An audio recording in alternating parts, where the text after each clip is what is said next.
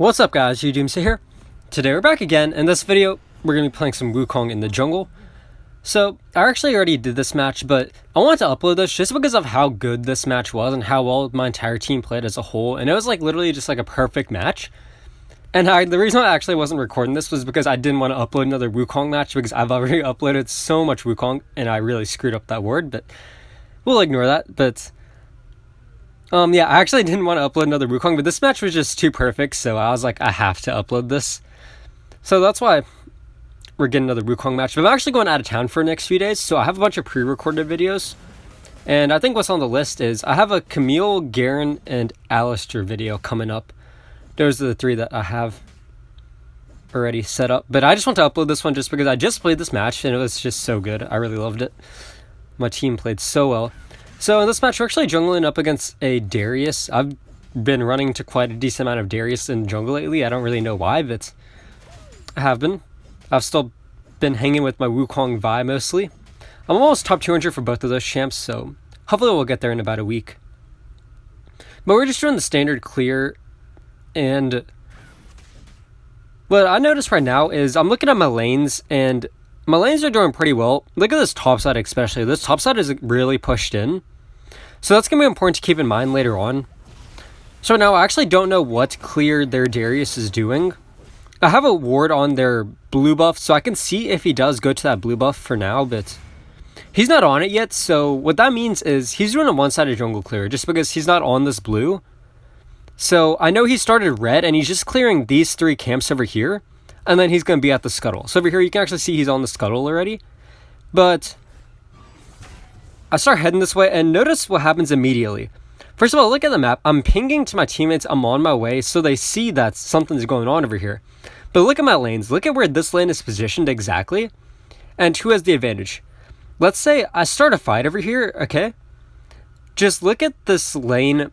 Who's going to be the one to rotate first? It's definitely going to be this Gragas just because of this positioning advantage. And just how strong Gragas is tank-wise. And then look at this mid lane. Our mid lane also has really good positioning advantage. Plus, their wave is so much bigger, they'll be able to rotate before that Annie. So notice what I'm doing here. I'm literally spam pinging my teammates to come and we can fight this. So that's what I'm doing. And I'm hanging out here. I'm not forcing anything. And then right when I see my Diana wants to start to rotate, that's when I start the fight exactly. And I just dive right in. And the only reason why I go for this fight is because I know that my mid can rotate. So over here now, we go straight onto this Darius. And now, look at this. My Gragas can rotate too. And we just get first blood from that.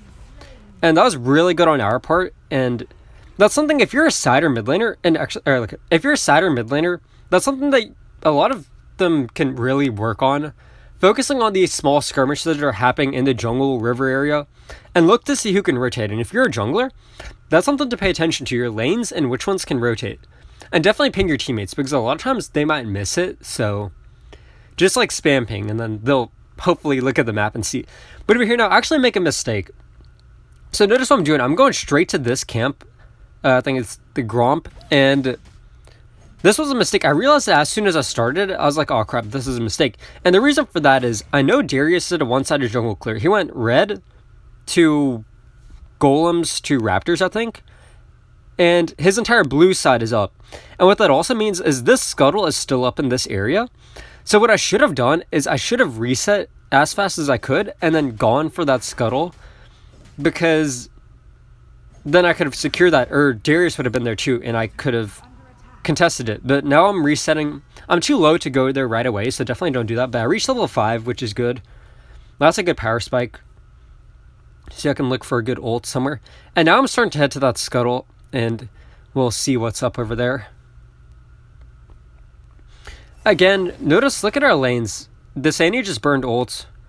It looks like both these lanes might reset, but yeah, this Darius is right over here, and he already got the scuttle. So that was a mistake on my part. If I would have came earlier, I would have been able to contest that at least. Plus, I have my ultimate before him, so I should have been able to, so I should be able to win that. But again, he still doesn't have his ultimate up, so I'm actually chasing this down. Their Annie actually recalled. My Diana has really, really good map awareness, and actually stayed. That's a little bit of a risky call, just because they gotta watch out for the Darius ult, but I'm literally able to get this by myself because I'm level 5, he isn't. So I think Diana got an assist from that, so that got them some gold, and that's good. And now I'm helping them push this wave in, which is important because then they'll just make the Annie miss a couple more minions. And now we're getting our reset in. Or no, I'm actually farming up my jungle. I'm not going to reset yet. And the reason for that is because on Wukong, I go Black Cleaver first item, and then I just go like full on tank afterwards. That's just the way I play Wukong. I play it a lot for team fights and tank. So Black Cleaver is actually a relatively cheap first tier 3 item, so I'm actually saving up for that right now, because if you get a kill, then, and if you farm right, then you can actually get that entire first item before the first dragon fight. So that's what I'm trying to do right now. I'm just trying to like power farm until that dragon spawns. That way I can get my first tier 3 item before the fight. Another thing about Wukong is you're really strong at that first dragon fight just because of your ultimate. Your ultimate is so good because... Here, I'll talk about it later, but your ultimate is just so good in these small dragon skirmishes. So as you can see, I'm just trying to power farm this up as fast as I can. And then I'm going to get a reset in after this, I believe, and then head towards that dragon.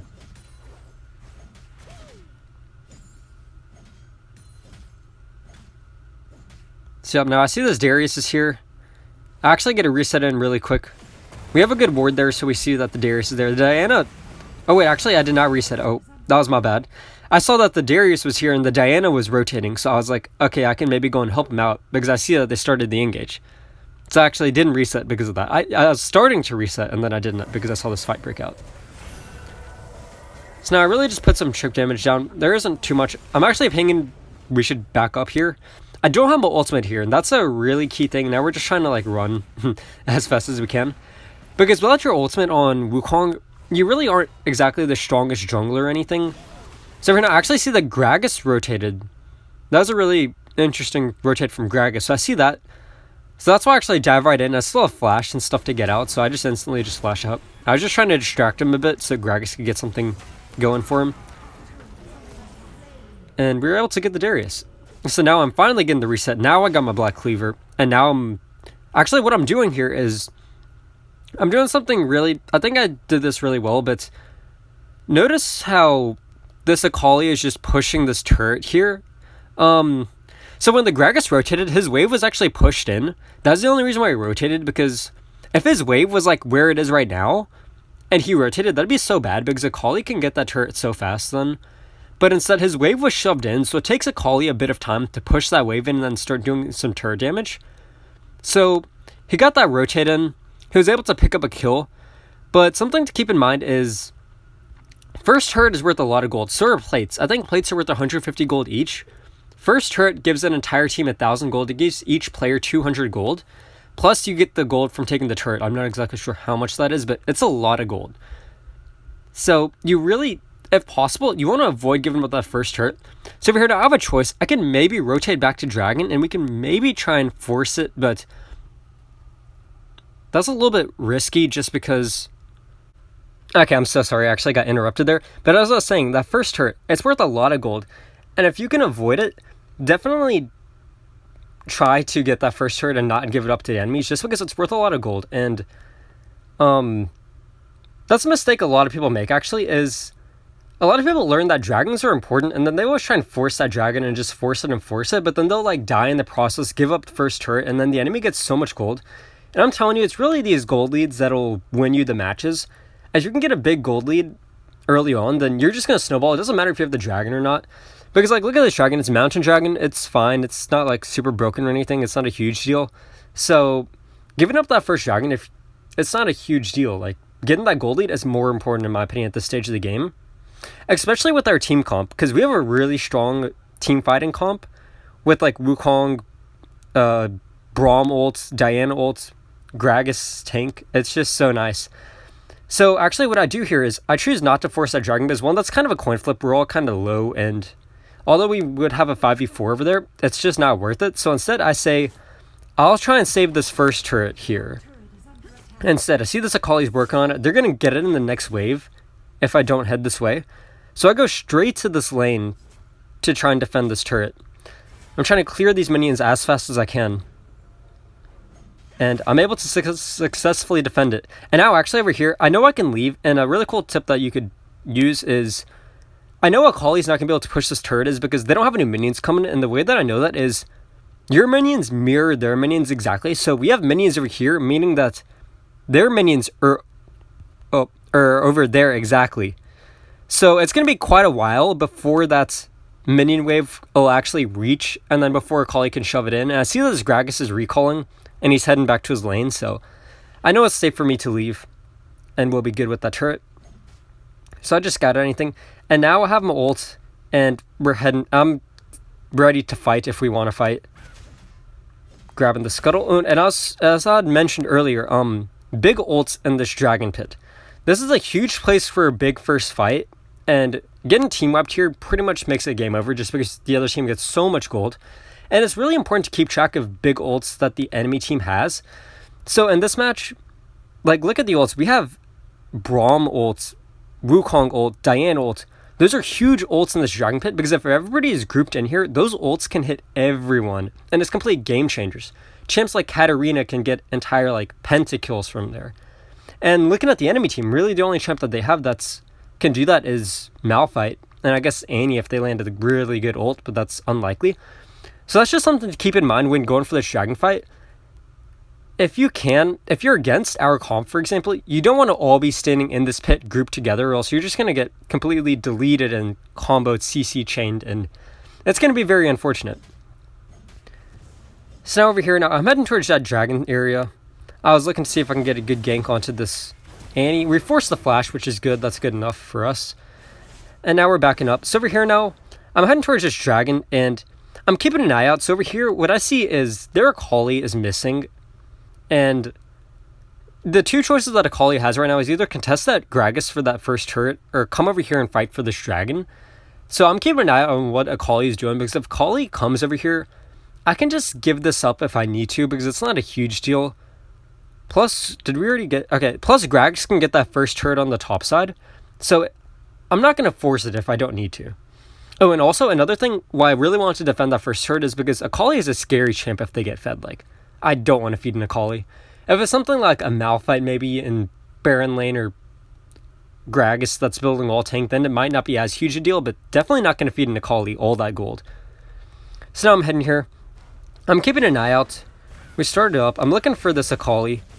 And over here, Akali actually makes a good choice to defend this, because if they don't and they come over here and fight and we're able to distract them, kill some of them, then Gragas can probably push 2 turrets, honestly. Just because this fight's going to last for a while and they aren't going to be able to really do anything, so... Yep, now we're starting this up. I'm keeping an eye out for their jungler, because I don't want him to get a steal, of course. And this gets low enough to where I could just smite it down. And if I saw their jungler and this dragon was still pretty healthy, I would have just turned right onto a jungler. So now I still have my ult up. And remember what I was saying about Wukong ult? Like, I could just completely just disrupt him and knock him up. And now, really, they just got mispositioned and there's nothing they could do. And they really just surrendered this. So, that was a bit unfortunate that this match ended early, but... Again, I just want to share this match just because I think our entire team played very well. I played really well defending that first turret, going for these small scuttle fights, and waiting for my ult before fighting big fights near dragon. Our Gragas did a good job of getting his rotate in. Our mid lane and side lanes especially, that's really one thing that I want to emphasize with this video, just looking at who has the priority in the lane, and if you can rotate for small fights and good map awareness, but that's going to be about it for this video. This was a very good match. Our entire team played very well, so I hope y'all enjoyed, learning something new. I know it's really short and it's another Wukong video, but I really, really want to share this match. So thanks for watching. Make sure to like and subscribe if you have not done so yet, and I'll see y'all in the next video.